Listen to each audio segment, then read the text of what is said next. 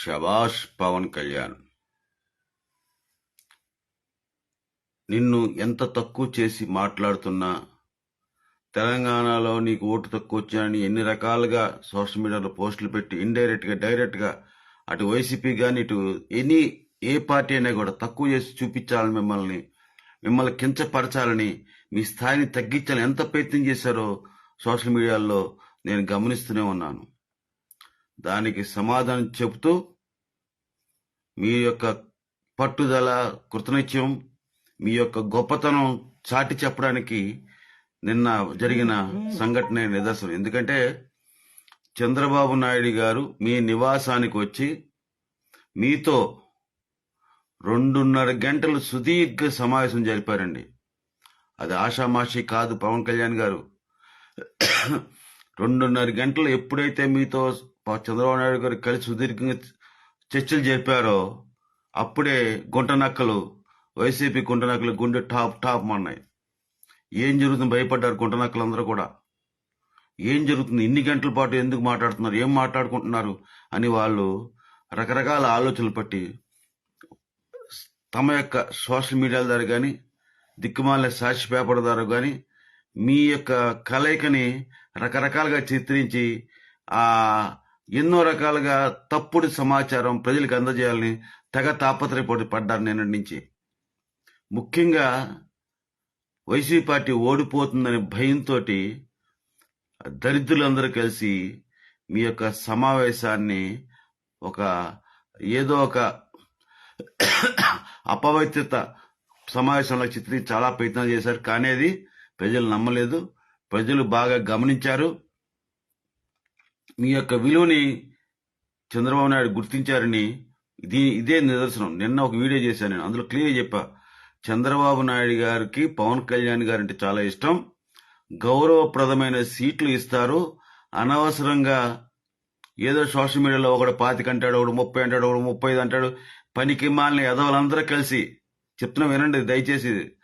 జన సైనికుల వీరమహిళలారా, తెలుగు ప్రజలారా, పనికి మాలిన వెదవలందరూ కలిసి పవన్ కళ్యాణ్ గారు తక్కువ చేయాలని చూస్తున్నారు. ఎందుకంటే ఆయన ఒక్కసారి అధికారంలోకి వచ్చి తన యొక్క మంచితనాన్ని ప్రజలకు అందజేస్తే, ప్రజలకి తెలియజేస్తే ఈ గుంట నక్కలందరికీ గత్తి లేక పిచ్చి కుక్కల్లాగా ఇంకెప్పుడు రాజకీయాలు చూడకుండా పోతారని భయం వాళ్ళకి.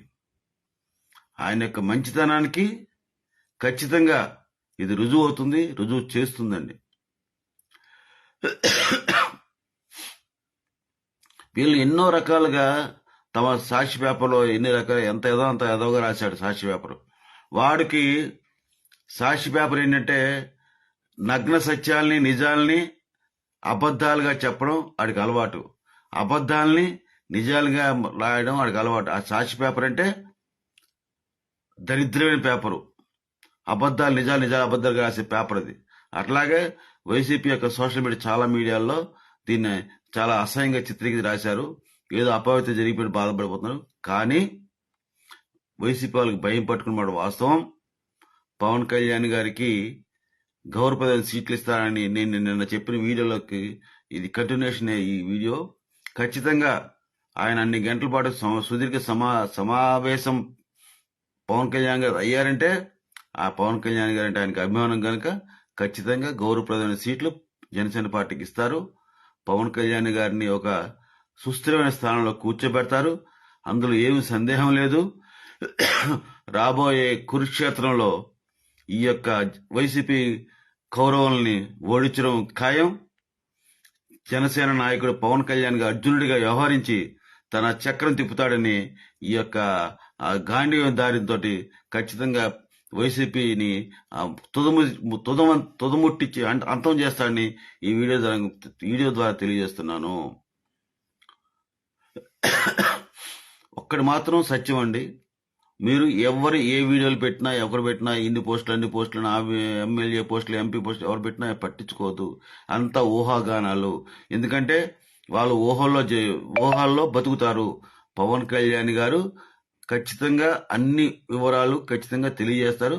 అప్పటిదాకా మనం ఎవరూ కూడా ఆ విషయం మీద ఆలోచించకూడదు. మనం మన పని చేసుకుంటూ పోవాలి. వైసీపీ నాయకులకు ఓటమి భయం పట్టుకుంది. ఈ సమావేశం నిన్న అన్ని గంటల పాటు జరిగేసరికి వాళ్ళకి ఉక్కిరి బిక్కిరి తబ్బి బిబ్బి అయిపోయి ఏం చేయాలో తెలియక ఎందుకు ఇలా జరిగింది, ఇన్ని గంటల పాటు ఏం సమావేశం అయ్యారు అని విపరీతంగా భయపడుతున్నారని మాత్రం స్పష్టంగా చెప్పగలను. తెలుగు ప్రజలారా గమనించండి, నిన్న జరిగిన సమావేశం చాలా సంపూర్ణమైనది, ఒక పవిత్ర కలయికది.